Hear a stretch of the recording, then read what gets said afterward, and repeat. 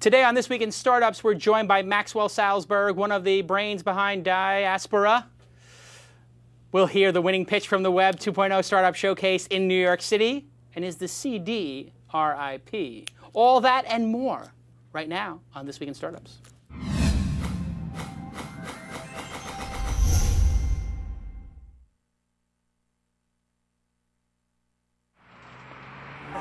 That's what it's all about, man. They said money is the root of all evil. What?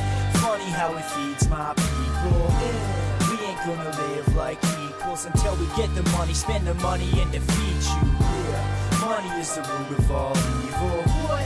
Funny how it feeds my people. Yeah. We ain't gonna live like equals until we get the money, spend the money, and defeat you.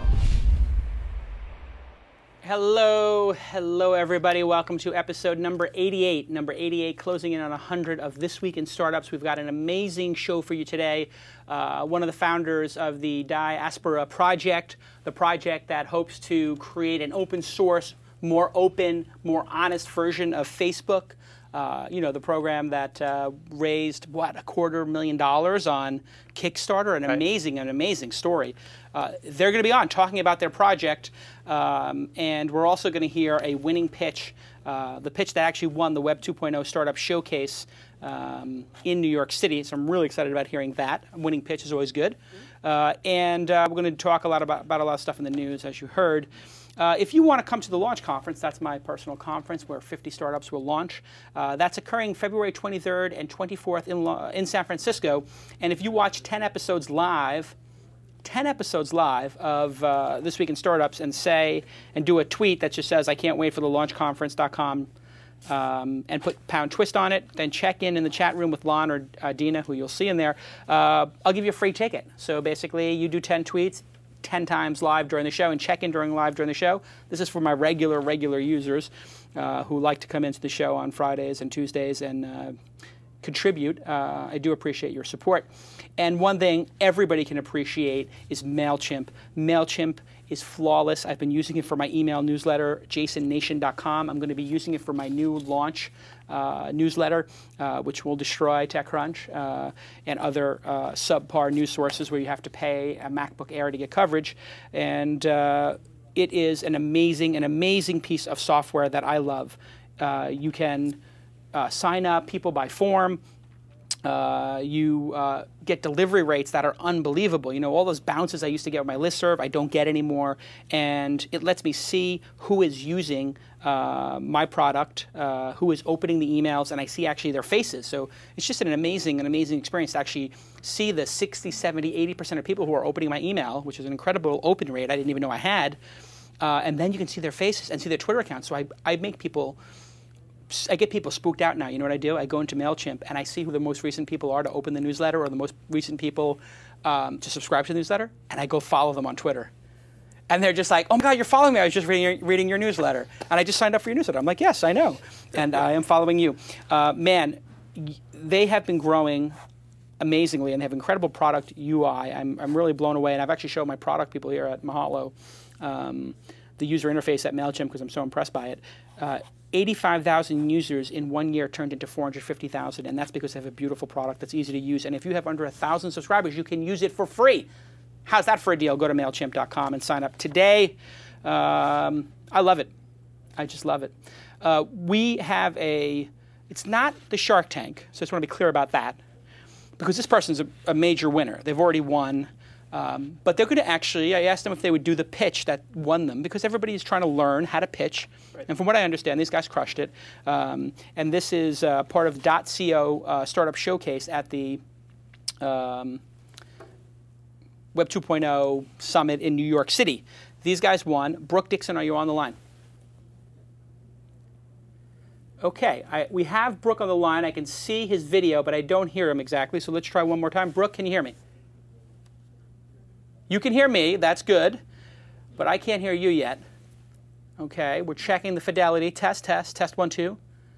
Check 1, 2. Okay, so maybe he's muted on his side. Can you check your microphone on your side, Brooke? Are you guys there? Oh, hey, there you are. Hello. Sure. Okay, congratulations on winning, first of all. Thank you very much. And thanks for coming on the show. And from what I understand, I don't want to tell anybody what your product is, because I want them to see a winning entrepreneur give their winning pitch, and then I'm going to ask you a couple questions about your product. So right. Cool. There's not going to be a countdown clock. How long do you need to tell us about the product? We're pretty quick. I would imagine we're under the minute, but we were given 5 at Web 2.0. Oh, okay. So take 2 minutes, 3 minutes to explain what the product is. Great. My name is Brooke Dixon. I'm the co-founder and CEO of a startup employment network known as Hourly. We are basically we're an employment network for temporary and part-time workforce that has effectively become known as the gig economy. What we found was that with the way the economy has worked out, the way that employment has shifted, that there's about 30% of the U.S. population is either unemployed, underemployed, looking for work elsewhere, or unhappy with what they're doing, and they're effectively unsupported by the current work sites, Monster, Career Builder, things like that. So what we went and did was take dating website technology and apply it to this distributed workforce of career seekers, part-time employees, contractors, things like that. So it's really sort of a simple idea. Job posters join, build a profile, tell us what they would like to do, where they'd like to do it, and when they're available. And those job seekers do that, and then job posters post their job, their requirements for the job, when it's available, how much they're willing to pay. We keep it very simple. We just do a basic, simple introduction, and let the two people sort of work it out from there. What we found was there's a lot of complexity or sort of over-complexity or unnecessary complexity in bidding wars and Dutch auctions and things like that, and we really just wanted to sort of add efficiency to what was sort of a necessary market segment of the population, which we feel is about 75 million people in the United States alone. And I'm taking it the business model is you take some cut of the action. How do you select who has to pay you? We don't. What we did is we've decided to do a membership, and it sounds a little Web 1.0-ish, but sort of build a community of people, keep the threshold relatively low, and allow people to just sort of get as many jobs or post as many jobs as you need for or you want for a monthly subscription. Okay.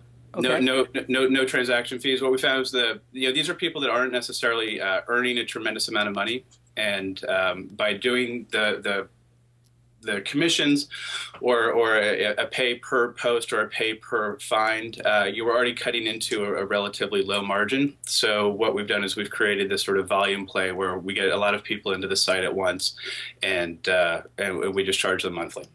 And so who's the competitor? Is the competitor to this people just using Craigslist? Who do you see as your competitor?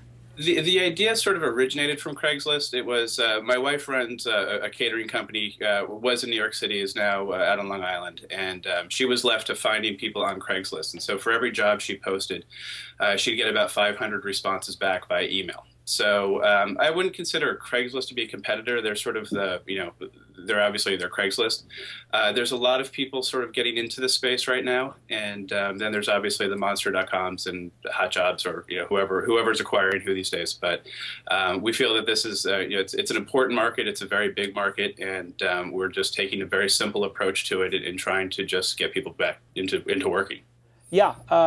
I like the spin of taking it from the point of view of the person who is actually doing the gig, because those people have a specific set of needs. I remember when I was a waiter, when I was in college, I was always looking for a gig, and it was hard to find, and you basically found it through people on the phone, and them just telling you like, hey, there's a wedding this weekend, you want to work it? It's 150 beans, and that's exactly that market. Yeah, and it's highly fragmented, and the work is just sort of as it happens.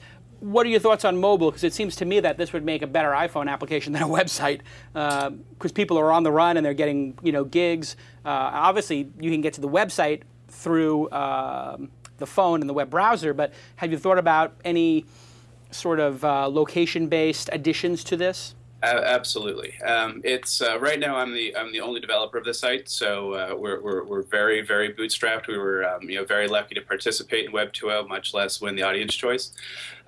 We do have plans for mobile applications, adding a great deal more functionality to the site, and yeah, we sort of had this idea that where you could kind of push jobs out on sort of a mobile network would be very, very useful to everybody. Yeah, I've just invested in Uber Cab, which is one type of a gig, right? Driving people around in a cab. Sure. And it's got an incredible location-based feature, which is this person is over here and you're over here, and you can watch the two dots get closer together. My wife is addicted to this Angie's List. Now she's using Thumbtack, which I invested in, and Red Beacon, one TechCrunch 50, another great company. How do you compare it to those services, which are, I think, more like, here's the job I want done? Are they sort of similar? We're, like I said, it's a big space, and there's a lot of people trying to crack the nut a different way. We sort of focus on every type of a job, and we just treat people as workers, as opposed to, saying one person is just a waiter, or one person is just a babysitter, or something like that, and then having to join multiple different networks and having to manage different accounts and emails. What we do is we say, here's just one giant pool. Get into the pool, fill out your profile, and we'll match you to the right place. So, Angie's List tends to be feels a little bit more home improvement. Local Beacon, I'm not entirely familiar with who's in there right now, but things tend to feel as though they skew a little bit more towards the the technical services. And then you have sites like Sitter City, and I mean there's a lot of different sites. Care.com is getting a lot of press right now. And what we're trying to do is just sort of take the really sort of the simple, small approach for what's really an untouched, sort of an untapped, segment of the population. I'm wondering, when people post on Hourly that they have a gig, do they also post on Craigslist and say, hey, I have a gig over on Hourly, because you have a little bit more of a systematic approach to it, so use Craigslist for the promotional value to get a large number of people, but funnel it down to the more qualified? We have a couple of sort of tricks in our holster right now that we're exploring, but we're hoping to sort of work in conjunction there. Yeah, we have here at Mahalo we have this resume drowning in resume problem, and largely half of them are not. It seems people send their resume without reading it, or maybe they have some sort of tools where they automatically send their resume to every job or something. But people who just basically don't read the Craigslist ad, and it says we need somebody in Santa Monica, and they need to have 3 to 5 years doing proofreading or whatever it is, fact checking, and then they email and say, hi, I'm in New Jersey and I have no experience proofreading, but I did very well in English. Can I apply for the job? Would you accept somebody remote? It seems like people are building systems to deal with this problem. You are our target market. Yeah. That's you could basically post that job in, and then if the match wasn't there, it would. If the match wasn't there, it wouldn't show up in your feed. Right. And if it was something, if you were looking for somebody from New Jersey, then you could go search for that person. But what we're trying to do is make that initial level of contact much more detailed and much more specific. So tell me, tell me about the pitch event. You're a company of 2 with no resources. How did you approach going into that event and saying, God, I've got no resources, I've got a modest site with a big vision. How did you stay motivated, and how did you strategize how you might win the competition? To be totally honest, I did not think we had the slightest chance. We've been very fortunate. We were lucky with getting this domain name, and the idea originally started as the booking sheet, which is sort of a industry jargon for the catering world. And in sort of a fit of trying to buy a very expensive domain that I didn't have the money to do, sort of stumbled upon Hourly, and then we realized we had sort of this, we really just got lucky with it. And from there, it's been one step after another. People have been very generous with their time, and I have some really just great advisors here in New York City who have sort of helped kind of push and tell me I'm crazy, and I have a very brave wife who's now working with me. But we just sort of went into it, thought it was a good opportunity. I love the New York City community, or the startup community that's coming. So I sort of, we're New York. I wanted to support New York. Yeah. And I was shocked that they accepted us, and then we kind of, admittedly, we just sort of, we were ourselves. So we just went in kind of naturally, and we didn't try to over prepare for anything. Yeah. And we bribed people with a really good coffee, and so we had great swag, and we just were telling a story, and we're trying to execute on the story, and the story happens to have ton of people who are interested in it. So I think I have to say, we talk a lot about on the program that domains matter, branding matters. And I think that you probably got your, I'm not going to say it's the reason you won, because obviously, you know, somebody with a great domain name who has a bad idea and has poor presentation skills is not going to win a competition like this. But I have seen it over and over again that when you come in with a world-class domain name, and hour.ly, even though it's sort of like the ghetto.ly, because it's so charming, like and it flows off, you know, oh, hourly employment or hourly gigs. It's got that very like, you know, authentic, you know, sort of brandability. That's what got you in. I'm absolutely certain of it. And then looking at the website, you can pull it up on my screen here, guys.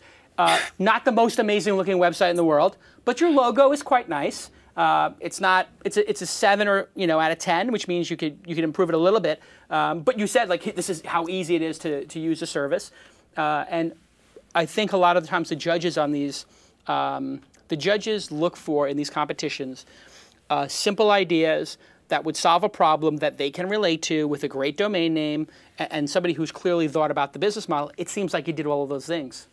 Thank you. I mean, that's exactly what we tried to do. Yeah. And it was nice to be recognized, and sort of gives you a lot more energy and confidence in sort of going down this crazy path. Yeah, it does. And I'm sure now that you've won it and you're on the program and you got the great domain name, you're going to be getting meetings with angel investors and whatnot. What's the status of the company? I mean, you can't say a 1.5 person company forever. You raising some money? We're in the market right now. Yep. And sort of overwhelmed email, and my inbox is sort of crazy, and working on a feature queue. But we are looking to expand very modestly. Yeah. And so do an angel round basically. Yeah, we're figuring that out. I'm a developer by trade. I've been doing this for 10, 15 years now. So okay. We're learning as we go. But people, like I said, have been very good to us. That's one of the great things about the New York community is that it's a small, intimate community. I know since I did Silicon Reporter there for a decade. They're going to help each other out. They're all scrappy, and they're more than happy to trade notes and give each other advice. What did you think of the pitch, Tyler? And the domain and everything? Domain's great. It's more importantly, it's retardedly rememberable. Yes. Don't say the R word. Yeah. I took the R word pledge. I'm not saying it anymore. Sorry. It's even as an adverb. You can't use it any. You know what? I tried to explain it for years, like why I use that word, and then I read the R word pledge, which is a thing on websites, and I actually took it out of my vocabulary. It's very hard to do when you grow up in Brooklyn. Yes. And you say that word every 90 seconds, basically, and you describe everything when you're growing up in Brooklyn, at least in the 80s, as either gay or retarded. Yes. And I had to basically spend a decade taking that out of my vocabulary, both of those words. But it's brilliantly simple. It's stupidly simple, and that's probably why it's so charming. Yeah. Well, congratulations on winning, and continued success. And hey, apply to the Open Angel Forum because you can apply to any city if you're going to go the angel route. If you're going to go the full-on A round, just go to Fred Wilson at Union Square and tell him I sent you. He'll give you a check. Fred was nice enough to he interviewed my wife Lynn and I on stage as part of our big prize. So very cool. So yeah, just tell Fred I said give you a check, and if he doesn't, tell Howard Morgan I told him to fund your first round, and those guys generally will do what I tell them to do. So good to know. Thank you. Continued success, and I see the Dixon there. Does that mean you were related to the Dixon who does Hunch, Chris Dixon? No, we sort of both have physically large heads and same last name, but we have not actually met one another and are not related. Oh, okay. Well, you should tweet him. All right. Well, good luck with it, and you do have a patient wife. Being an entrepreneur with a very patient wife, I have to say that's one of the most critical things. You find this out when you get married, Tyler. You have to have spouse buy-in, or else you're not going to be an entrepreneur. The trick was this was her idea. So well, that helps. It helped out a lot. Absolutely. Well, good luck with it, and we'll talk to you soon. Great. Thanks, guys. Awesome. It's just great to see somebody being successful like that, and just one-person company winning, a 1.5-person company winning, and it's a developer-driven company. So he's got all those things that are check marks for an entrepreneur, for an angel. Developer-driven, simple idea, great domain name, decent to good design. I'm not going to say brilliant. I mean, I would have If it was a Shark Tank, which it wasn't because you already won, but I would have told them, like, listen, just go spend $500 on a better logo before you bring it out. But hey, what are you going to do? Not everybody, believes that that's the most important thing in terms of putting resources. Really hard. Like the developer types don't tend to be very visual. Yeah. And the visual types, it's like Very rare that you I mean, get you both. basically, and then you find somebody like the 37 Signals or the Reddit Hipmunk folks who seem to balance the stripped down HTML design-driven aesthetic, let's say. Reddit, sort of under-designed, Hipmunk, under-designed, but very visually usable, let's say. And the same thing with 37 Signals. You know, they're sort of like, let's make it not flowery, let's strip out a lot, but make it clean and easy to use. I mean, in some ways, Facebook is...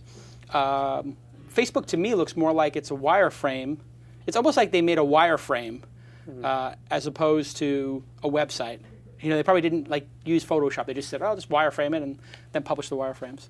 And you know what else I want to tell you about is DNA Mail. DNA Mail. I'm calling you out on the worst segue ever. Terrible segue. That was the worst ever. A terrible segue. I didn't sleep much last night, so I'm going to be honest. The kid was up, whatever. It's and it's Friday. I'm just tired. I got to be honest. You know, like sometimes you're an entrepreneur, you're just tired. Train wreck of a segue, though. Train wreck of a segue. Can I try it again? How many shows have we done now? I know. It really was my worst segue That was ever. not your A game. Somebody today tweeted me and they're like, you know, you ruin every segue by saying how great the segue was. Yes. And I'm like, but you just tweeted to everybody you know about the segue. Yes. So that does mean in some ways I won again because we got the segue right.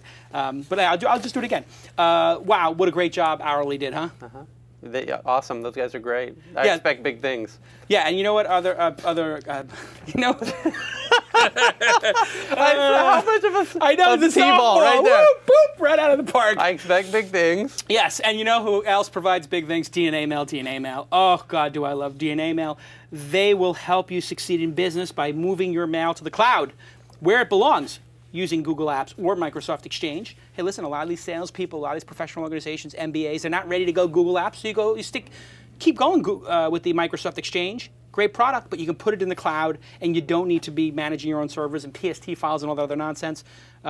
Free activation, yes. Free setup, yes. Free 24-hour support right here in Los Angeles from people that really care about you and your being a customer of their service. 99.9% uptime guarantee. Don't let your business suffer from subpar communications. Sign up today and take advantage of their 30-day free trial.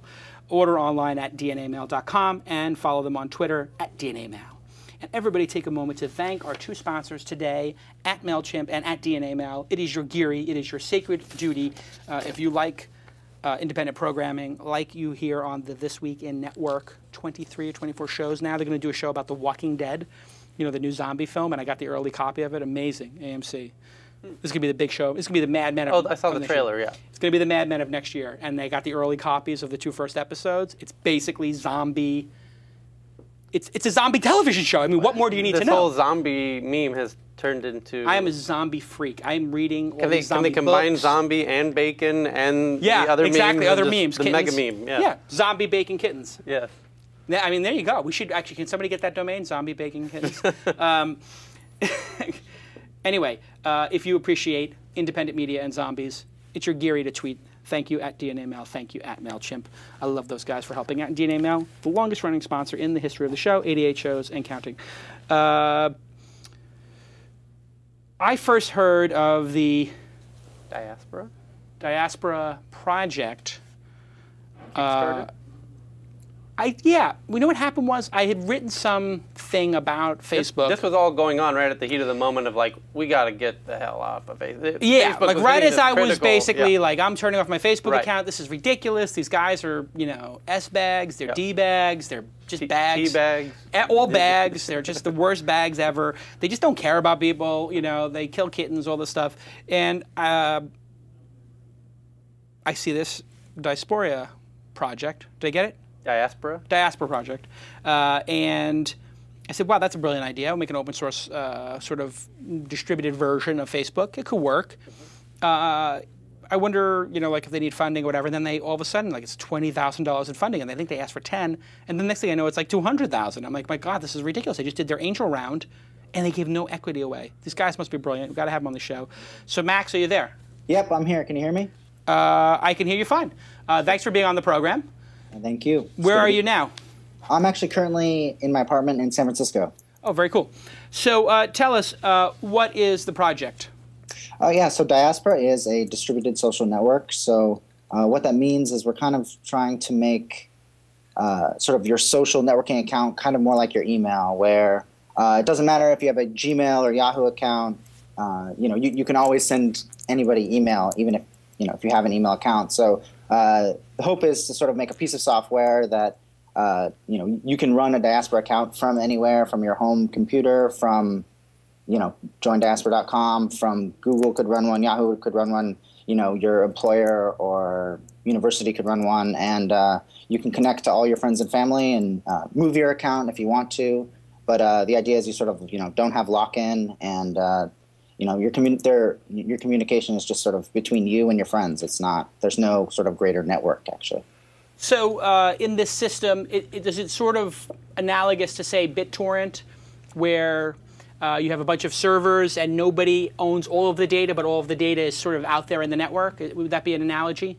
Yeah. I think it's actually pretty simple. It's not quite as complicated as the BitTorrent protocol, but yeah, there will be no like Diaspora fire hose where you could, any one person could sort of have this sort of bird's eye view of everything that's going on, because most of the connections are just between the servers as people sort of communicate to each other. So the network itself is really just sort of emergent behavior of people communicating with each other.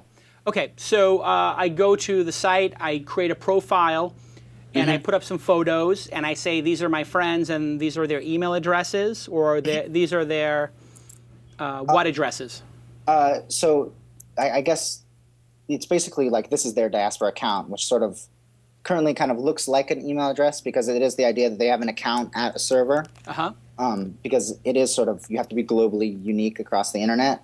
Right. It very well could be your friends could have accounts on your servers. Maybe you're hosting them. Maybe, to sort of ease transition and to sort of have people take a baby step, since this is a little bit different than sort of behavior than they're used to. They are going to be able to sign up on joindiaspora.com and sort of get their first Diaspora account, which, they'll be able to move off of it as they sort of, become used to how the software works. But you basically sign up, you invite your friends. They can sign up on the same server you're on, or they could go find some other server that they trust more. And then you just, the idea is make it just as simple as Facebook or Twitter, but it's just between you and your friends.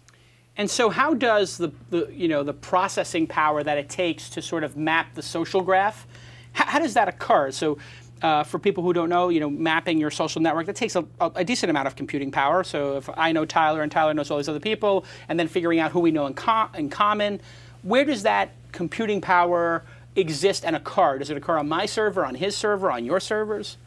I think it'll occur on your own server. I think part of one advantage to having a centralized system is that there is sort of this bird's eye view, and Facebook can, relate you to people you don't know 3 degrees from you. At least in the first version, as we're trying to get out sort of, some of the baseline functionality, we're not necessarily trying to tackle that problem quite yet. But the other reason why Facebook, has such crazy computing power is because the scale of what they're doing is huge.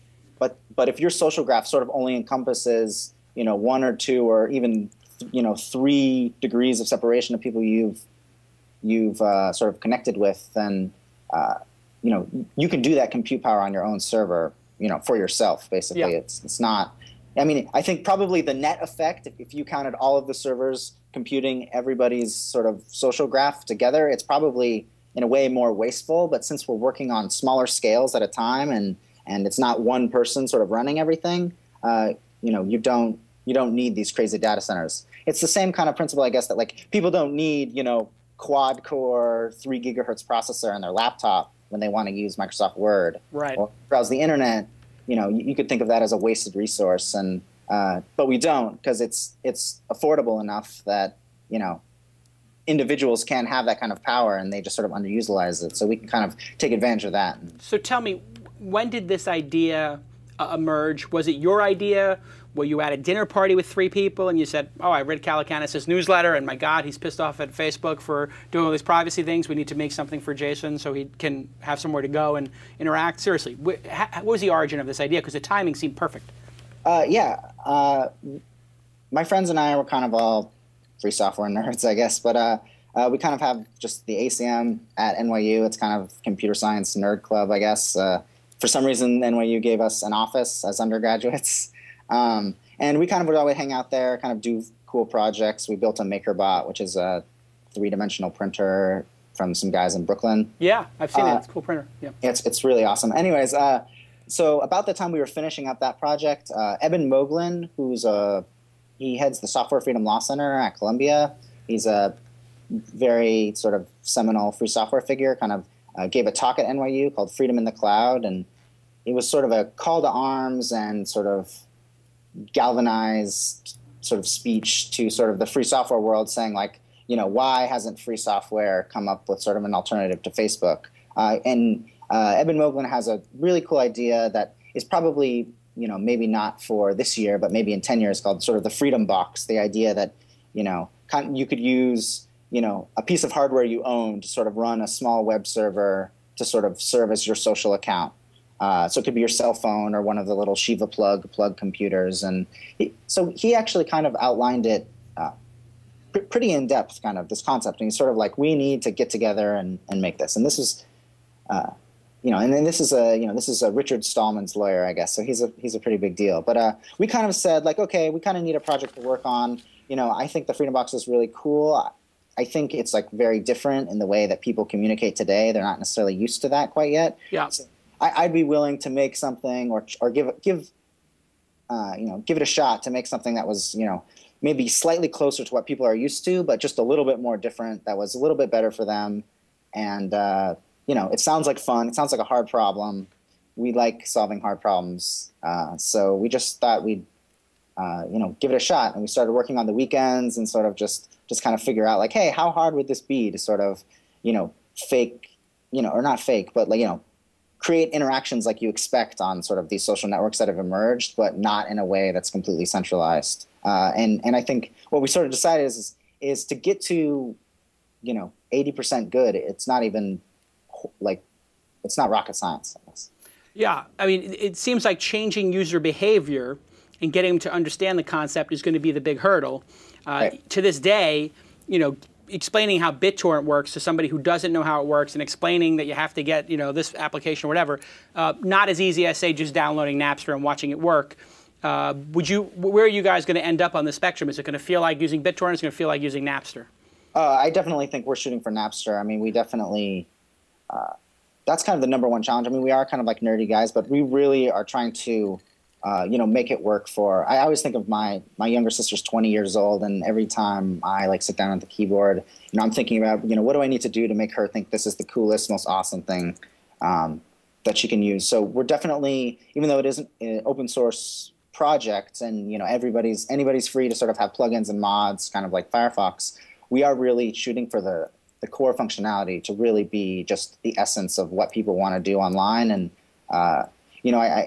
I spoke to it slightly earlier, but, the first step is people will sort of probably get accounts on joindiaspora.com. If nothing else, just try it out. And once they kind of figure it out, once they realize they like it, once they see some of their friends are, talking to them from somewhere else, I think people will sort of start to scatter, actually. And we make it really easy to sort of, basically, download your entire account and just sort of respawn it on a different account, and it will take care of notifying all your friends that you left and whatnot. And is, I guess, the driving force for people who want to use this, it's not going to be the masses, because they're going to say, oh my God, there's no Farmville over there, or maybe the photo system doesn't work as good. But if I am running a corporation and I wanted to start a group, for example, I am, and I wanted to start a group the other day, and I said, I don't really feel like having that information on Facebook, because this is information about investing amongst 15 angel investors, and I don't think we should be sharing this information on Facebook, like somebody suggested. Is this something where I could take your product, spin it up, and have my own private little social network that's protected and not on the Yammer servers or the Socialcast servers or the Facebook servers? And I trust those first two. I don't trust Facebook. Obviously, nobody should, based on their track record. In my opinion, et cetera, disclaimer, lawyers, please don't sue me. Is that what you think the use case will be? Like a group of hackers or a company will say, you know what, this is a great way for us to sort of put our little private Facebook group or our little private social network away from anybody who could look inside of it? Yeah, I mean, I definitely think that a lot of people want to use it like that. I think the important thing to realize, too, though, it's not like a walled garden. So you can use that account to talk to everybody else. And what we sort of allow you to do is sort of, we're calling them, I guess, aspects. And it's somewhere in between like a Facebook group and a Twitter list. But the first step of privacy in sort of the social spaces, we sort of say, one is being able to put your data anywhere that you're comfortable. But the second is having it be really, really clear where it's going. I think, as of right now, like Facebook has every permutation of privacy setting, other than, of course, from Facebook themselves. Right. And that doesn't entirely work for people, because the second you start like sending it to people who, you can't like conceptualize who it's actually going to, like it might as well be public, because you have no accountability as to where that's going. So we kind of design aspects to be something that's both readily understandable by people and also make it really easy to sort of have slices of people that you can send things to. So you can kind of think it about each one of your aspects sort of is your own little personal micro social network that you're sort of publishing to at a time. And, you can choose what you want to share between those sort of, aspects. But for right now, it's kind of like you publish to an aspect and it goes to a certain subset of people and nobody else outside of that set of people is going to see it. What about syndicating my content to Twitter and Facebook? So if I want to use this as my default and I say, you know what, I'm just going to share with my social network here at your site, and once in a while, 1 out of every 3 updates I do or photos, I just want to check a box and syndicate it to Facebook and Twitter. Is that going to be an option? Yep, that's already actually implemented. We have the way that we kind of look at it is like we can't really control who sees what on Twitter and Facebook. So when you mark something as public, which is just a checkbox in the publisher, it goes out to every service that you've connected to on Diaspora, including actually making a RSS feed of your public updates. So people don't even necessarily need to have an account somewhere that they could just follow your public RSS feed. Is there a killer feature in Diaspora that people go, wow, this is a reason to use it? Or have you not gotten to this sort of killer feature yet? You're still building the infrastructure? I actually think that aspects right now are still kind of infantile. I think it's kind of a very simple, and again, we're trying to avoid all feature creep, actually. Yeah. We're actually done a pretty good job, I think, of hacking away at features that aren't totally necessary. I think people are really going to like the way we sort of do this sort of aspects groupish management thing. I think it's very playful. It's very easy to understand, and I actually think it's going to allow people to share more with just the people that they want to share stuff with. So their sort of net sharing is going to go up because they're going to feel comfortable sharing whatever it is they want to share. If you've got a question for Max from Diaspora, you can tweet it and put #twist, and Tyler will tell us what questions come up on Twitter. Or you can put it in the chat room with a Q and then a colon, correct? Right. And we'll put the question there, and Tyler's in the Ustream chat room. Let's get into the funding of this company. Mm-hmm. You guys decide you want to do this project, and you put it up on Kickstarter and say, I want to raise, I think $10,000 was the initial amount? Yes, that's correct. And then what happens? Then there was, we started raising money pretty quickly. I mean, even to get to 1,000, I think only took us a day. And, we didn't really know. We actually had a really big argument the night before it went up. We thought that $10,000 was too much and that we wouldn't be able to raise it. And because on Kickstarter, if you don't raise your goal, you don't get any of the money. So there's no partial funding on Kickstarter. Yeah, so it's all or nothing. Yes, and then it just started kind of going crazy. I think we're also, I guess 3 of the 4 of us are in Students for Free Culture, which is sort of a student group kind of rallying around Creative Commons and these kind of ideas. And, at first it kind of went out to that list, and that list actually has a lot of connections, I guess, in the tech world. And then all of a sudden, I don't know, one of the guys from the Pirate Bay actually tweeted about it. And then we got thousands of dollars in donations from Sweden, and then sweet. And then it just kind of started cascading, and more and more higher people. The EFF tweeted it, and then Leo Laparte tweeted it, and then And then basically everybody was tweeting it, and Yeah. it really was kind of funny because you actually could really watch Twitter, and the more Twitter activity, the faster our money grew. So how much money was in the account by the end? So I think the final tally is something like $200,262 or something around there. My God. So it was pretty crazy. I think when we hit like $20,000, a reporter from the New York Times kind of emailed us saying like, hey, this would be a really cool story. And that day we actually raised $50,000 in 24 hours, which actually was the day I graduated college. So pretty amazing. And so then you decide, you guys hadn't incorporated at that point, had you? No. I mean, we were kind of, when we were thinking about it, we were doing it for sort of a fun project on the weekends. Right. We were kind of like, wouldn't this be cool if we could work on it for 3 months? We could put it on our resume. We could, then go get really awesome jobs afterwards. And, I think always in the back of our mind, we were like, if it goes really, really well, we would like all, do this as a company and try to, see how long we could sort of keep making it and having a lot of fun getting to make cool stuff. Whose idea was it to put it on Kickstarter? I think I came up with it. We actually, our advisor, Evan Korth, who's a pretty awesome dude in the New York tech scene, he's a professor at NYU. He actually funded the first NYU hackathon on Kickstarter, which was cool because the university didn't really give him a lot of money, and he raised like $2,000 in like 2 weeks so we could have, soda all night. Yeah. And so we kind of thought like, oh, that would be kind of a good alternative. And, we were sort of looking we did even look at some of the like incubator style things to see like, well, what if we could work on it for 3 months? So we kind of had this idea, like, what if we could sort of roll our own incubator where we just get $10,000 from the internet and we'll go to one of our... So instead of doing Y Combinator or Techstars, you do this. And it works out. So what do you guys do after, now you got $200,000. You have how many partners? There's 4 of us. So you have 4 partners. You have no legal entity. Do you say, hey guys, do you pull a Zuckerberg and then tell them all sign this a piece of paper that they have 0.3% and then you take 99%? Or do you do like what a fair, honorable person would do and say, hey, we're all going to be partners in this, let's get a lawyer? Yeah. We are incorporated now. We actually had to basically incorporate because the $200,000 was going into my student checking account. Oops. So we had to have a place that was shared between the 4 of us to create it, to sort of put it there. We're all equal partners. Everybody's still there. Actually, Ilya and Rafi didn't graduate school. They're currently taking a semester off. We'll see. Also known as dropping out. But don't worry, their mom and dad are not watching. So you start this company. You got the funding now. Where is the company going to be based? Is it going to be based in San Francisco? We're here right now. I think we kind of have a pact between the 4 of us that wherever we end up getting money from is the place we should be. So okay.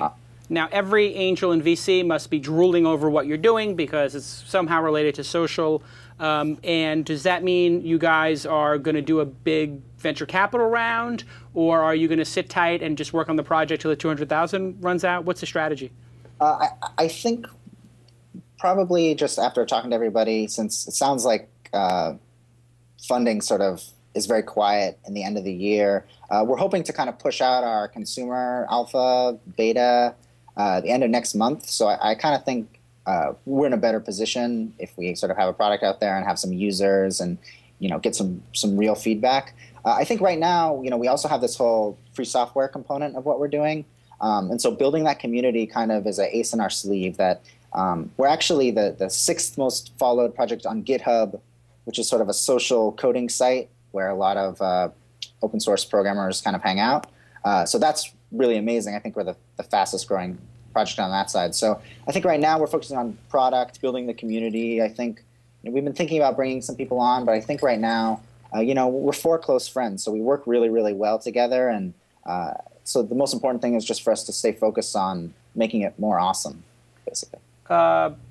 Yeah, I mean, product wins, and if you get the product right, everything else should just flow from it. Somebody said Zuckerberg actually gave a donation. Is that true? Do you know? Yep, he gave a very generous donation. How much did he donate? Mr. Zuckerberg is entitled to his privacy just like any of our other backers. What a great answer. I mean, but isn't it public on Kickstarter? I thought it was public. It's public that you backed the project. It's not, the amount is not. This is a great story. How do you know when you're successful? I mean, have you said to yourself, if we could just do X, then I think we are successful. I mean, and it might have previously been, can we just raise 10 grand and can we just get 3 months to work on it? But now you must have bigger aspirations. What does the team define as success for you guys? Well, I think that's a really great question. I think one thing that actually gives us a lot of power is that we think in a lot of ways we are already more wildly successful than we ever thought sort of with the project. I think, we kind of wanted to do this for fun, and that's really what it started as. Yeah. And the fact we got to work on it for 3 months was a total huge win. The fact that, we sort of got our name out there, the fact that we got to make something really cool in our free time. And, I'm not saying, Facebook did anything as a result of sort of what we were doing, but I think, we increased awareness. And I think at the end of the day, we released a lot of cool codes. So even if we crash and burn, there's a lot of cool code out there that someone else might kind of pick up the banner and make something.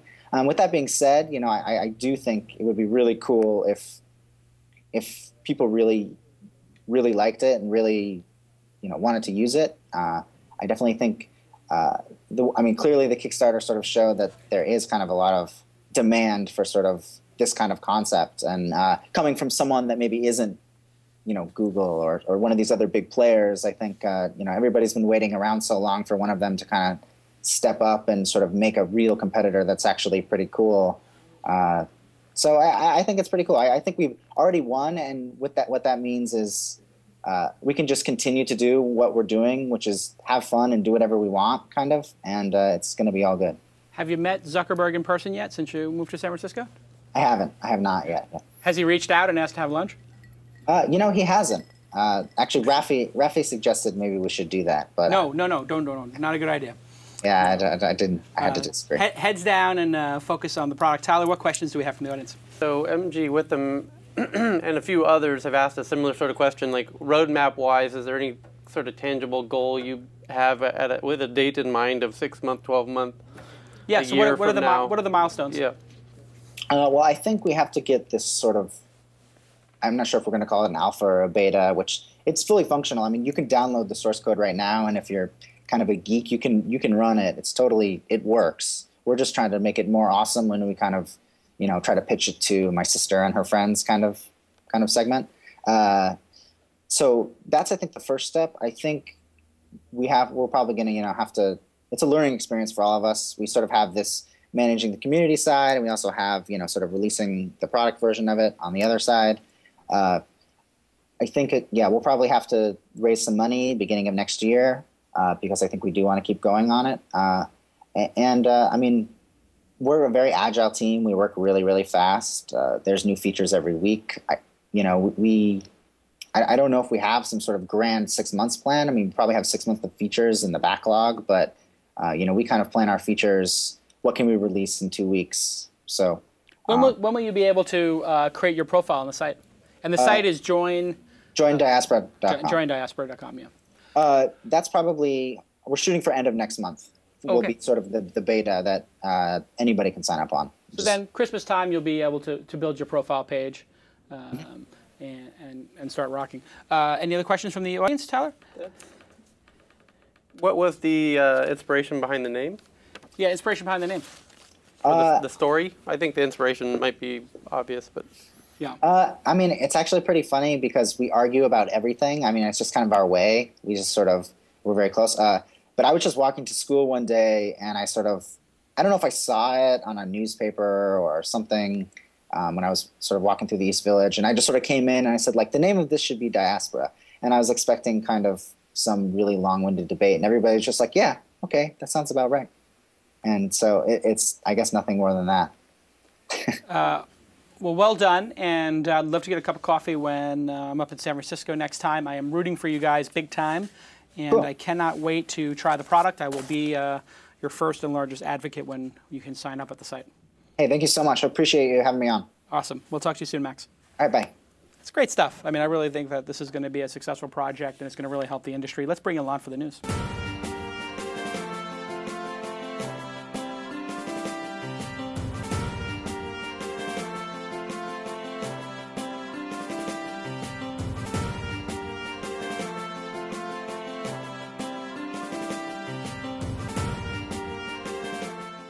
All right, all right. Well, that was a great interview. I am really interested to see where the project winds up. We've been trying to get them on the show for like 2 months, literally, and checking in with them every 2 weeks. And it's going to be an exciting project. Lon, tell us what's in the news. Well, we mentioned it in the teaser at the very opening. According to a headline on TechCrunch, Apple has killed the CD. Blogger MG Siegler claimed that 2 of the company's innovations this week essentially will end the optical disc's reign in the computer industry. First is the release of the new MacBook Air that comes with only a slim USB stick, no optical drive. Everything you need to load up your computer is right there on that little piece of plastic. We saw one here at the office today. Amazing. Yep. And second, the announcement of the Mac App Store, which does for desktop software what the App Store already does for iPhones and iPads. So is this just link baiting? Is this just them saying something shocking? Or is there a real case to be made here, at least as far as the computer industry goes? MG is a great blogger, and what he's great at is link baiting and creating debate. Should probably spend a little bit more time on the substance of the argument, because obviously you can attach to the MacBook Air an external drive, and you could, yeah, and I have one from the last. So that's really, it's not going to get rid of the drive. People still need to burn stuff. They're not going to move to this memory stick format anytime soon, because those are very expensive and CDs are very cheap. So the cost per gig of writing disks is just and flash memory is just never going to. I don't think we'll ever catch up. Well, the other issue is movie formats. People still have Blu-ray players. They have Blu-ray. You maybe want a Blu-ray drive. Yeah, so you of course. You're seeing artists give out albums on thumb drives now. You can give it out on a thumb drive, but I'm talking about like, you're burning, gigabytes of information. The cheapest way to do it is really going to wind up being disks, which cost 10 cents, 25 cents, whatever it is.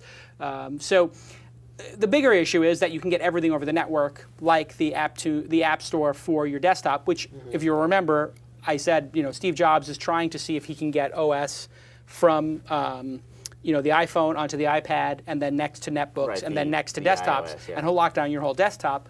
And he basically said as much when he was doing the keynote this week. He was saying we have this virtuous cycle. We're now trying to make all of these things become the same product in a way. Right. If he locks down the desktop and you can only run software from him, I think it's going to be a huge mistake, and you might see Apple really take a dive before it, because people are very protective of what they can run on their desktop, maybe in a way that they aren't with their iPads or iPhones. Sure, yeah. But I just got my MacBook. It came today. Yeah, we were it's gorgeous. taking a look at it. But not much. I'll be totally honest. The biggest difference will be the battery life and maybe the faster processor and the better resolution of the screen. Yeah. But other than that, it's really just incremental, and it comes with a unibody. But it's not really going to change my life. But it just shows how great he is at marketing and building awesome products to get people thinking. Tyler, any thoughts? There is a little more to be said about the killing the disk thing, in so much as I think you can credit Mac with killing the floppy drive with the first iMac. Didn't have a floppy drive. Yeah, that's true. People flipped out about that. Like, you can't have a computer without a floppy drive. Right. And now we look back like, well, that was crazy. Yeah, well, he's a minimalist, so he's always trying to remove something. So that's his thing. Like anytime he's going to look at it and go, what can I take out? What can I take out? I mean, and sometimes he takes out too much. When the original MacBook Air had one USB drive. And or so the one iPad USB has port. no USB drive. Yeah. Well, I know, but I mean, on a laptop, to have one USB and no Ethernet port means your USB is being used for Ethernet a lot of the time. And if it is, you can't plug anything else in. And then you have to unplug from Ethernet to plug in to get your photos or to plug in your iPhone. Ridiculous. So I mean, he's applying the freemium type Model 2 hardware, where you want to pay for the extra USB drive. In a way, there is a little bit of that reductionist. He took the optical drive out. You have to buy it separately for $200, right. And I did, and I never used it again. I basically use that optical drive like once or twice every time I get a laptop now, because this is my third MacBook Air. I had the first, the second upgrade, and now this one. And it's only when I'm rewriting the operating system and giving it to somebody else that I actually take that drive out. Here's the thing, though, is if you think about, it's not just about the cost of the disk, because if you're a hardware developer and you're shipping CDs, you're putting them in a box, and that whole mess. If you're shipping little thumb drives, it's much smaller profile. It might actually net end up being. But why are you shipping anything? I mean, you should be able to just download it. I mean, that's the bottom line. I mean, people don't use their drives that much anymore because you're buying your music on the iTunes store. And even games, too. I mean, now with Steam and all these other ways to just buy games and software online. I mean, it does feel like of course, that's taking the place. The bigger thing is you're not going to really need to, your apps are all going to be uploaded automatically through the App Store. and things will be in the cloud, like Microsoft Office will be in the cloud. That part concerns me a little bit. That if I want to buy an app, I want to buy it from the app guy directly. He's going to have to pay a 30% toll fee to Apple to be in the store. Right. Where I used to buy from it directly. And if they lock down the desktop, that'll be the only way to get onto Mac products, and that's when people will start running from the Mac operating system, and that will be Microsoft, or I should say Google's opportunity to come in. And it's already happening. I can't talk about it, but there is a program that you can only run on non-Mac phones that I really want to run. You guys can fill in the blanks, but you guys know what I like to do in my spare time. And I can't do what I like to do in my spare time on my iPad or my iPhone. And because I am associated with this company, I've seen the early whatever, and I'm basically saying, get me the best Android phone today, because I can need that immediately, because when I'm waiting in line at Starbucks, I can be just, Right. Anyway, next story. Yeah, next story. The idea behind Google TV is to allow viewers to search the internet, including web videos in addition to live shows. But now ABC, CBS, and NBC have started blocking TV programming on their websites from being viewable on the devices, and Fox is said to still be mulling over the issue. They've yet to decide yet. Google agrees that it's the content owner's choice to, quote, restrict their fans from accessing their content on this platform, end quote. Does this significantly damage the value of Google TV? I mean, it seemed like the whole idea was, if I search 30 Rock, I get all the 30 Rocks that are on my regular TV, and I get all the 30 Rocks that are on Hulu and NBC. So thus it would finally sort of unite internet and TV. So what do you think of this? Is this going to be a long-term problem for Google, or was this so stupid that the networks can't get this right? And it's so stupid that Google has to pretend, that they care about what the networks think. Because the bottom line is, I have 2 Mac Minis hooked up to my 2 flat screens at my house, one in my office and one in the thing. And anytime I want to watch something, I pull up a browser, and I just watch it. Yeah.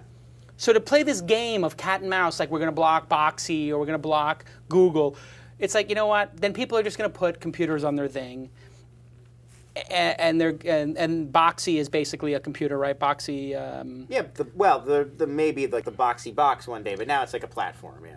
No, but they have a Boxy box now that just came out. It's just a computer. Right. So I mean, basically, the more the networks do this, all they're going to do is motivate people to put computers on their. And when they put computers on their TVs and it starts working brilliantly, and then they realize, oh, I can just use BitTorrent. Yeah. Oh, well, guess what? So now what they're doing is they're shipping all of those people who would watch the commercials through the Google TV and be good citizens, and they're saying, F you, go steal our content with no commercials in it. It's so petty and stupid.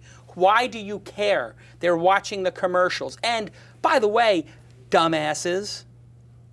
Ooh, is that cat? No, you can say dumbasses. Okay. By if the they way, can say it on network TV, you can say it on our show. That's our so rule. by the way, dumbasses. Boxy. Well, they're watching the ads. I can skip the ads on my DirecTV and my TiVo and whatever. I don't have TiVo. I have the DirecTV PVR, which is serviceable. I can skip commercials there. I can't skip them on Hulu. I can't skip them on ABC. So you should be thanking God that they're watching these on the web. Yeah. Thank God. Because if they're watching them on their DirecTV or through the cable company, they're not seeing anything. But what they're concerned about is they have the cable relationships and they're getting a piece of that action, and et cetera. So this is all channel conflict. It's so stupid. And this is the reason why, well, it's great for us at This Week In, and great for Real Report, and great for Vision 3. Because the more these dumbasses block stuff, the more they're going to take upstarts like us. And let me tell you, if you're in the internet and technology business, this is the best show for you every week. I don't care, Mad Men, Sopranos, whatever. Right. This is the show that you want to see, because this is about your life. I mean, you may watch those as well, but there's a specific contingent that this will be the most important show for them every week, or in their top 3, or Leo Laporte, or This Week in Music. I think this is a great example of like somebody would watch House or something, and they're not going to be able to, and then they'll look around and see what else and they'll is say, out there, oh wow, discover... here's something interesting this week in zombies or whatever. And we're going to be everywhere. I mean, our whole as a company philosophy is just like we'll be on any platform. Oh really? We just want eyeballs. Oh, I'm sorry, we don't want to block This Week in Stardust from Google TV. No. I mean, can you imagine? I'd like to block you from watching this program on Google TV. I mean, how illogical does that sound? Yeah, no, we're the What is- opposite. We hear about a new platform and we get all excited, Woohoo, like yes. a new place to go. Yeah, more people can Let's watch meet our those people. content. Yeah. You know, like what is going on? Next story. Next story. So President Obama, he spent yesterday in San Francisco. He's here in LA today, so nobody tried to go anywhere, to attend an event for DA Kamala Harris, as well as a DNC dinner at Google executive Marissa Mayer's house in Palo Alto. Rumors were spreading, and I can't 100% confirm this, but it's been out there in the world that he may have also had a one-on-one meeting with Steve Jobs. So if this happened, if this meeting of the minds did occur, what do you think they talked about? What would Steve Jobs and Obama talk about? That's a great question. I think they would probably talk about China, the visas, H-1 visas, getting talented people. Sure. Let's face it, Obama is a terrible disappointment on any number of levels, and for the technology industry especially. I mean, he's done nothing for us, literally. And he's finally waking up to the fact that we put him in there, or we're one of the big contingents who put him in there, and he needs to pay attention to us. We told him with his H-1 visas that was a priority. He said, I'll talk to you in the second term. You know, getting tax breaks for capital gains so that angel investors can invest, which they just did something, thank God. And, you know, this general support of startups, this doesn't seem to be happening. So, I don't know. Or not recognizing that that's where the kindling meets the match. Yeah, sort I of mean, that's thing. where the jobs are going to come from. That's where the innovations come from. And he's like so busy bailing out the banks and bailing out the car companies. It's like really, he's like looking in the rearview mirror at what worked, you know, 50 years ago in terms of driving the economy and giving those guys, shipping them billions of dollars. And then we can't get a simple issue like visas for, you know, brilliant tech people from India, from Europe, from China, Philippines. These people come here, they're brilliant, they want to start companies here, and we kick them out after college. Or we don't let them come to college to begin with because, oh, they might be terrorists. You know what? I'll take one terrorist for every 10,000, you know, brilliant entrepreneurs who come to the country. I literally will. I'll take that risk, you know? And if they're in this country, it's a lot easier to catch them in that country. So it's the stupidest thing in the world, and he didn't give it any attention. So more importantly, I didn't even get invited to this 30K dinner, which I would have never done. I mean, three high societies, but I'm friends with Marissa. I guess she realized I would not have been able to pay for it. But are you a big Democratic National Committee supporter? No, Yeah, but I do own Democrats on Twitter. I know you do. I own Democrats. They should have invited you. They should be buttering you up. Well, you want to know? The Democrats called me. It's supposed to be confidential. When you own at Democrats. I own at Democrats. Twitter.com/Democrats. Lowercase d, which is like for people who are Democratic. Right. And so they call me and they say, listen, it's not going to be called this is a big news story. I'm not, you know, they said it's not going to be called the DNC anymore. We're going to do a whole branding campaign next year, and it's going to be Democrats. Can we have the domain, the handle? Right. And I said, well, what type of arrangement would you like to make for it? They said, well, when you give us the handle, we'll retweet it and a thank you to you. I said, I have 100,000 people. What is that going to do for me? I said, well, what can you do for me? Like, what do you mean? I'm like, money, access. You know, like, do I get a table at the correspondence dinner, a office at the ticket? White House. What do I get? You know, like, I told him, I said, I have a specific use for this. I want to cover the Democrats. Did you get to hang out with Obama and Steve Yes, Jobs? I mean, for a come day? up with an offer. I mean, and I was like, they're like, oh, well, you don't want to, we know you're a registered Democrat, you know, you don't want to just help us. I was like, no. We just want to help you. I mean, what is this? You know, they got a lot on their plate. They're taking on a lot. I know, They but need some help. wouldn't you come with a more bona fide offer? Like, say, hey, have you ever been? It's politicians that they get stuff for free. That's Here's their what I job. do. Here's That's what I would they do. Yeah, I know, but you know what?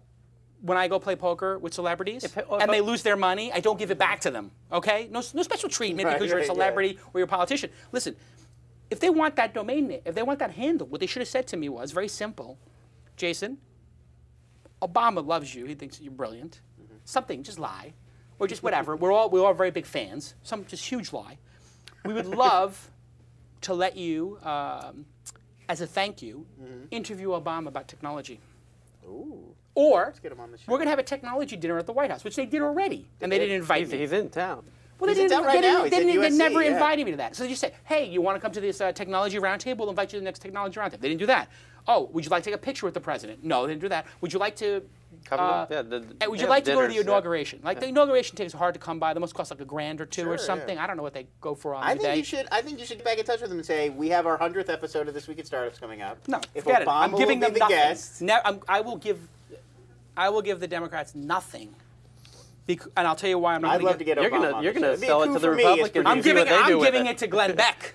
All right, that's number one. If I don't, I'm gonna have a list of demands, and this is going to Glenn Beck. I'm gonna give Bill O'Reilly at Democrats. If you get at lunatics, you give that. Absolutely, give that to one. He can No, use. but I mean, anyway, until Obama, does a better job, I'm holding it ransom. Consider that, okay? Fair enough. I would like to see some progress from Obama. Let's get out of Afghanistan. Then he. Yeah, I tell you what. Democrats When back. when you said you were going to get out of Afghanistan and Iraq, and you made that promise. Legalize the gay marriage. Or Yeah, how about standing up for our gay brothers and sisters? I mean, what a sellout. He's like, I mean, how is he not handling these issues? He's got no backbone. He wants to please everybody. No backbone. I think I've made this case on the show before, but he was always very, very moderate. He was always right in the middle. He was always a little bit, sort of fence straddling. That's who he was in the campaign. The progressives who backed him knew it at the time, and now it's like they expected him to come in and be, like super liberal, and he never was. I think everybody, including Republicans who voted for him, a lot of them expected him to get out of Iraq and Afghanistan. I'm not trying to defend the guy. I'm very disappointed in many things he's done. Broken promises. Let's go to the next news story. All right. So Kleiner Perkins announced a $250 million S-Fund initiative aimed at social web entrepreneurs this week.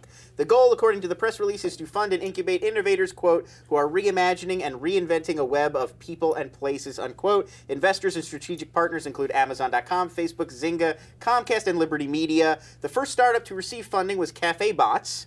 It's a still in stealth company founded by 3 Stanford grads. They secured $5 million in funding. They're describing it alternatingly as sort of a social curation tool or an online friend management system. Currently, they have 6 employees, and they hope to have a product ready to show the world by the end of the year. So, thoughts on the concept behind this fund more generally? Do you agree that the social web is where all this money should be going? It's not that much money. Nothing says they have to. They're forced to invest in it. It's only if they have great ideas. It winds up being good for Facebook, obviously. So for them to say, develop things on our platform, even if they just break even or even if they lose the money, it's easier than, it's better than spending it on commercials. So it's also an easy way for them to get an early look at innovations in their space. So I wouldn't trust the people who you're necessarily, if you have a social thing, right, if you have some great idea, right, and you go to the people who have the big social ecosystem and you start pitching them on it, like, I always get nervous about this. Like, it's the same thing with Zuckerberg giving early access to Y Combinator companies. And I was like, any Y Combinator company who shows Facebook their early product is insane. I mean, they'll just steal it. They've stolen. I mean, they stole from Quora, they stole from us, they stole from Gowalla and Foursquare. I mean, that's all they do is rip people off. So why would you show them your product early? In this case, it's a very similar dynamic. You got to be really careful, and that's why pure VCs are, I think, and pure money sources are better. Now, listen, I'm a conflicted one myself because I'm angel investing, and obviously I have 2 or 3 companies I run. So I'm always very careful about that. If somebody comes to me and says, I want to do a streaming media company, or they come to me and say, I want to do a knowledge engine where people can learn anything, I say, well, I have sort of investments in both those things this weekend in Mahalo. You may not want me as an investor. But if you're doing something else, like a social network, I don't have anything in that space, so sure, go ahead. So anyway, I would say ultimately not important. It's just another funding source. There's millions of funding sources and not enough people actually doing good work to take the money. That's the big issue we have. Tyler, any thoughts? The interesting part in that story to me was the $5 million for the Cafe Bots startup. That, I don't know, friend management. That's a decent sized little chunk of change to get that going. Yeah, well, and they were very purposefully vague about what it actually does. I mean, the co-founder Yoav Shoham made a brief statement about it, but yeah, just basically said it's a social curation tool. So I dug more in. I did a little more digging on it, and it's interesting. There's quite a bit of. Is it like that Score? What was that company that? Cloud? Is it like Cloud? Maybe. No, this is more for your managing your friends. That's just you're ranking your friends. This is like being a better friend by managing your relationships better. Oh, so when did you last relationship maintenance? When did you last call them? Had you wished them a happy birthday? Did you buy them a gift? I didn't get into the fine lines, but the broad strokes seem along that line. Maybe like mint for social media instead of your money. Like, hey, it's been a couple weeks since you talked to Tyler. You should wish him a happy birthday or something. Domain Noob asked, did I really invent the term link bait? Yes, I did. was a long time ago, right? That was like 2005 Absolutely. or Well, something. actually, shortly after creating the term linkbait, I was the first person inaugurated to the SEO Hall of Fame by the Global SEO Association. Right. Which I didn't show up to get my award because I just felt like, it's like... There was that blog post I last said year. Tyler to pick it up. Do you remember that blog post last year that was like the Mount Rushmore of SEOs? Yeah, I mean, everybody knows I'm the wrote greatest about SEO of all time. Yeah. I mean, basically, I'm letting people know that I am the greatest SEO of all time. And if you don't believe that, type how to play guitar into Google. Next. Next and last. Oh, okay. Well, if it's last week, we got three. So we can talk about GigaOM raising some money. We can talk about Chat Roulette, or we can talk about Zynga's virtual currency patent. Congratulations to Ohm. He's doing a really kick-ass job with the paid product he's doing. He's a great journalist. Yeah, just got 2.5 million. In Chat Roulette was never important, so the fact that people are now saying it's dead, who cares? It was never important anyway because See You See Me existed, and people were pulling out their penises and putting them on webcams. At the dawn of the internet, that happened. I mean, the first time somebody did streaming video, within a day, there were dozens of peni, being thrown across the internet. Right. So it's not important. And then, in terms of patents, Mark Zuckerberg, good friend of mine. I don't know too much about the specific patent, but he likes patents. He bought the 6 Degrees patents collection, and then Mark Pincus, and he sold them to Facebook and wound up getting a lot of shares in Facebook. So he owns a lot of Facebook. He's very savvy, and the patents are like nuclear weapons. You never use them, but they're nice to have because if you have them, people tend to not invade your country because they're scared of those being dropped on them. So. I think he's trying to keep it very specifically on virtual currency within games or something like that. But there's obviously what it is, in-game virtual currency. But you know what? There's a lot of prior art, and so it probably won't stand up because there's a bunch of doing it. But there might be some things around socialization that he's innovated with that they could patent. Who knows? Software patents, I think, are just lame anyway, and business patents as well. So I just gave you information. That was 3 for 1. Yeah, I had to do it because it was very quick. Thank you to MailChimp. Thank you to DNA Mail. Thank them on Twitter at DNA Mail at MailChimp. Thank you to the Diaspora. Diaspora. It's an old Greek word. It means migration of peoples from one region to another. Diaspora. There you go. Great shows coming next week. Jessica from Indeniro, and they raised some money. It's a really interesting site. On Tuesday, Jem Siminoff, that's good, who did Phone Tay and sold it, and Unsubscribe, which just raised some money. Very interesting. And I think we're going to chat briefly with Neil Young and give him his victory lap. He's going to call up a week from today. He's going to call and we just do a victory lap in the news program or something like that. It's new thing we're going to do is try to have one of the newsmakers on during the news, and we just do like a 5 minutes. A little quick chat just to congratulate him, thank him. High fives all around, friend of the show, and congratulations to him. And we'll see you all next time on This Week in Startups. That's what it's all about, man. They said money is the root of all evil. What? Funny how it feeds my people. We ain't gonna live like equals until we get the money, spend the money, and defeat you. Yeah, money is the root of all evil. What? Funny how it feeds my people. Yeah, we ain't gonna live like equals until we get the money, spend the money, and defeat you.